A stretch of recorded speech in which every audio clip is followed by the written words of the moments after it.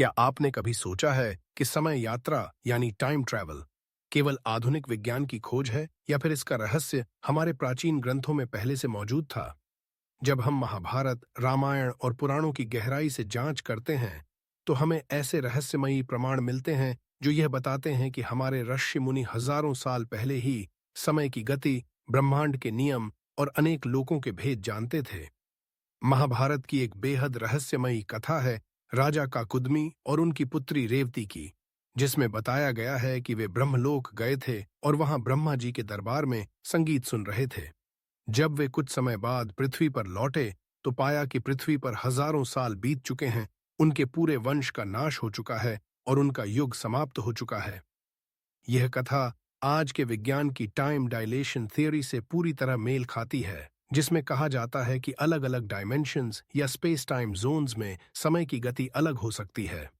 यही नहीं, हमारे पुराणों में भी यह स्पष्ट रूप से लिखा गया है कि स्वर्गलोक, पाताल लोक और ब्रह्मलोक में समय का प्रवाह अलग अलग होता है। जहां पृथ्वी पर सालों बीत जाते हैं, वहां ऊपर केवल कुछ पल गुजरते हैं। आधुनिक विज्ञान में आइंस्टाइन की थियोरी ऑफ रिलेटिविटी भी यही कहती है कि यदि आप प्रकाश की गति के करीब यात्रा करेंगे तो आपके लिए समय धीमा हो जाएगा, जबकि पृथ्वी पर वही समय बहुत तेजी से बीत जाएगा। अब सवाल उठता है कि क्या सच में हमारे ऋषि मुनि हजारों साल पहले ही इस वैज्ञानिक सत्य को जानते थे? रामायण में भी जब हनुमान जी समुद्र पार करके लंका जाते हैं, तो उनके द्वारा तय की गई गति और दूरी को देखकर आज के वैज्ञानिक मानते हैं कि यह गति साधारण मनुष्य के लिए संभव नहीं थी। कहीं यह भी तो समय और गति के रहस्य से जुड़ा संकेत नहीं है?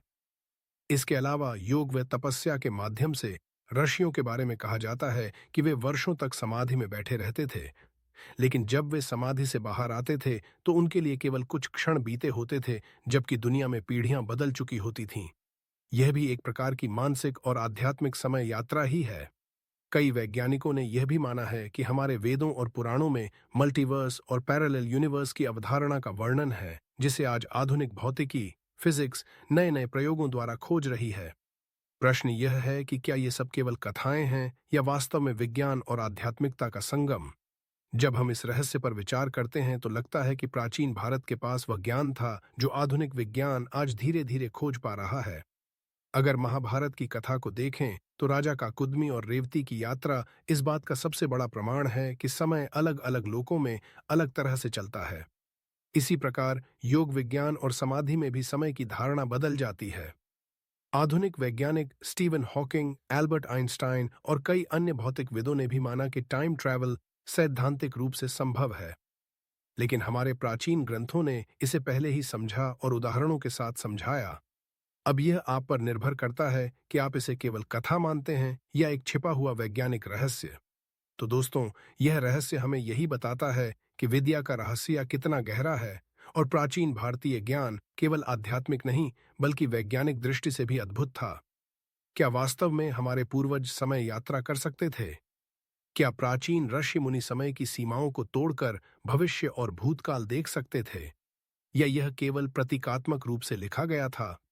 इस पर आपके विचार क्या हैं? हमें कमेंट में जरूर बताइए।